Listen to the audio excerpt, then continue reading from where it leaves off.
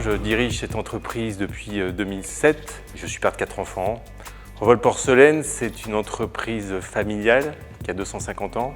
Ça, c'est vraiment fort dans notre ADN et notre culture d'entreprise. Une entreprise composée d'hommes et de femmes qui totalise 230 personnes au service d'un projet qui nous fédère, qui nous anime et qui consiste à porter les valeurs des arts de la table et des savoir-faire français aux 4 coins du monde, puisqu'on vend dans 88 pays.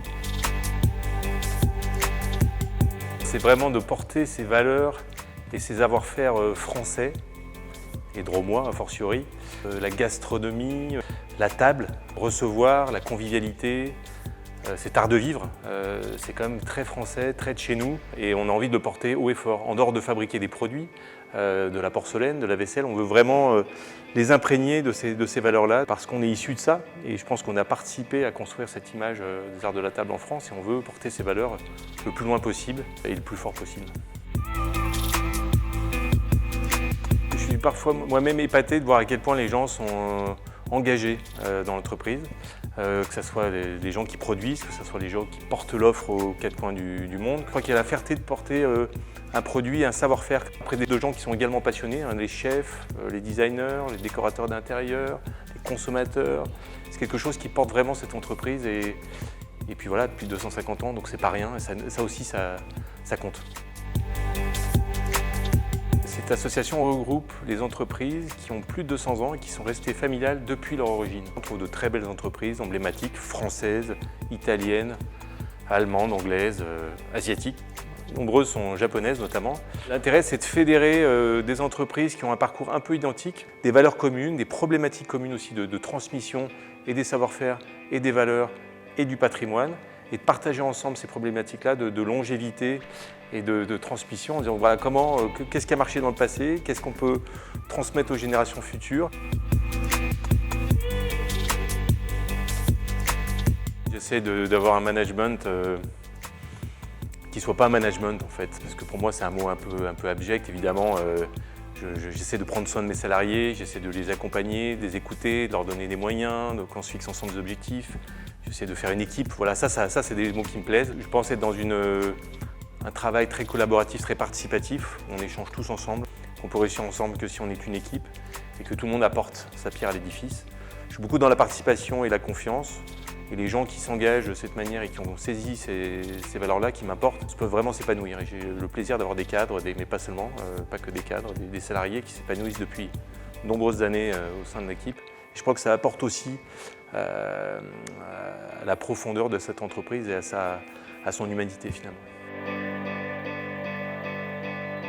Comment avoir 252 ans et être moderne, ça c'est une question que je me pose souvent.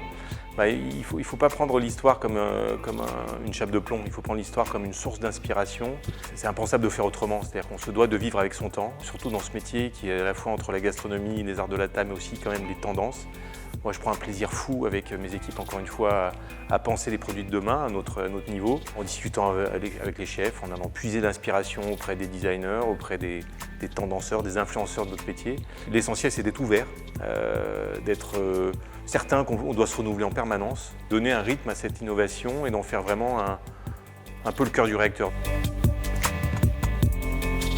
Un engagement très fort de la part de Revol dans le monde du développement durable.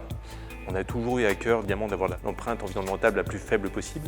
Donc dans tout le processus, on fabrique des bouts, des résidus de céramique qui au bout du bout sont retraités. Et jusque-là, donc, elles étaient enlevées puis converties dans des décharges ou bien dans des cimenteries.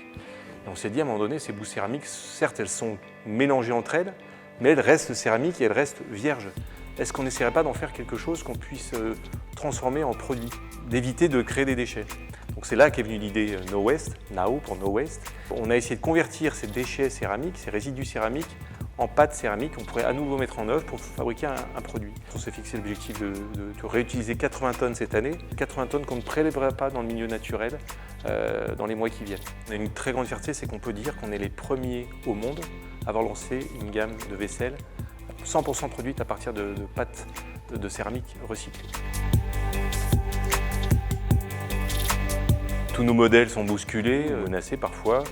Les projets sont arrêtés, nous on vit de projets, à essayer d'anticiper l'avenir, à nous projeter, à créer une dynamique vertueuse avec nos équipes. Et d'un coup tout s'arrête. Mais en même temps, je pense qu'on est une entreprise pleine de ressources. On a traversé 250 ans d'histoire, donc 250 ans de crise aussi. Moi je suis certain qu'avec l'équipe formidable que j'ai autour de moi, on va se relever de cette crise.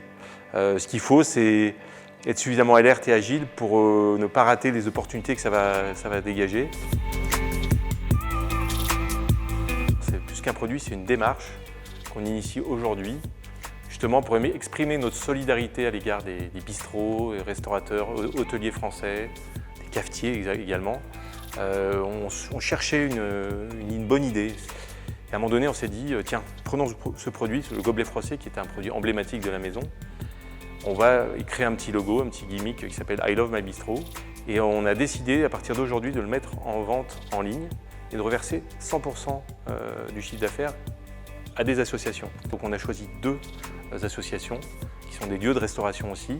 Le premier qui s'appelle La Fabuleuse Cantine. C'est une entreprise à but social, mais qui aussi fait de sa raison d'être l'idée de ne pas gaspiller. Et puis il y a une autre association qu'on soutient qui s'appelle Café Joyeux. Eux viennent en aide à des gens handicapés et qui font de la réinsertion grâce au métier de la restauration. Et on trouve que quand la restauration touche ce genre d'approche, on est assez émerveillés. Donc achetez ce gobelet, s'il vous plaît. On est à la tête d'une belle boîte. C'est pas la plus grosse, loin de là, c'est pas la plus belle, loin de là. Mais c'est une jolie boîte qui a 250 ans. D'abord, ça c'est quand même une fierté de diriger une entreprise familiale depuis son origine.